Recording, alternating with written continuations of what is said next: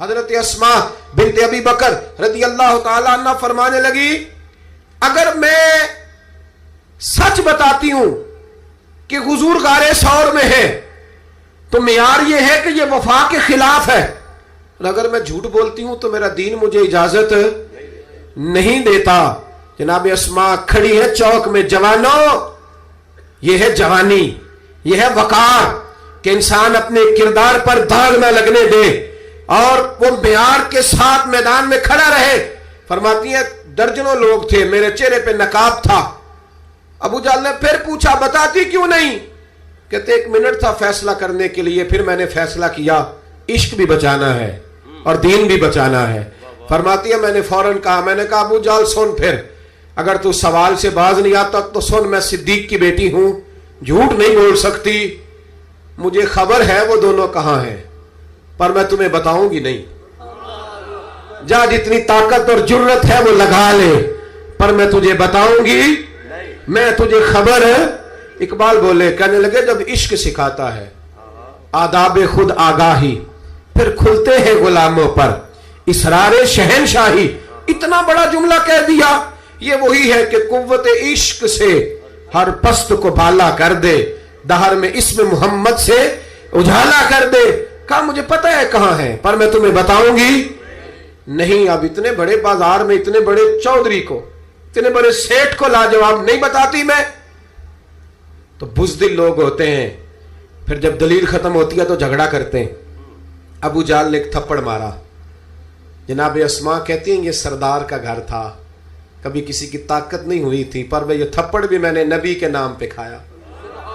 فرماتی ہے میں زمین پہ گری، میرے کان میں بالی تھی، وہ ٹکرائی ایک پتھر سے، خون بہنے لگا۔ لوگوں نے ابو جہل کو پکڑا، حیا کر، بچیوں کے اور عورتوں کے منہ لگتا ہے اسے لے گئے۔ فرماتی ہے میں اسی طرح اٹھی، اٹھ کے میں نے چہرے پر پھر سے کپڑا لپیٹا، خون کو چھپایا اور پھر روٹی پکانے لگی۔ فرماتی ہیں اسی طرح کھانا بنایا، پھر کئی دفعے نکل نکل کے دیکھا، جب کوئی راہوں میں نہ رہا، فرماتی ہیں سنسان رستوں میں میں غار ثور کی طرف بڑھی، اور جب میں غار ثور میں کھانا لے کے گئی تو چہرہ چھپا ہوا تھا۔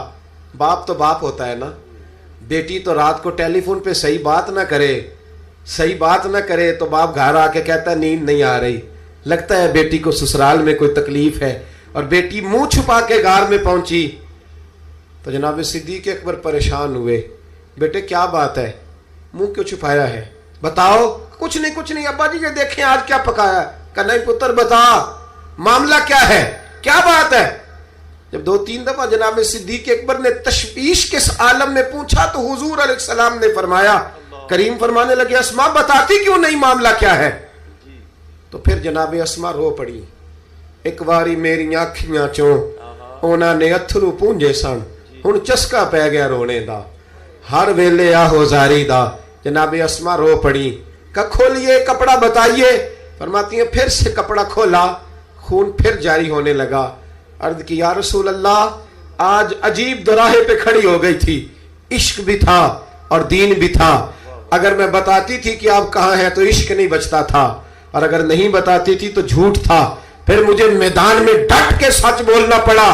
آج میں نے سچ کے لیے یہ مار کھائی ہے، سچ کے لیے تھپڑ کھایا ہے، سچ کے لیے زمین پہ گری ہوں، اس لیے کہ میں صادق اور امین نبی کا کلمہ پڑھنے والی ہوں۔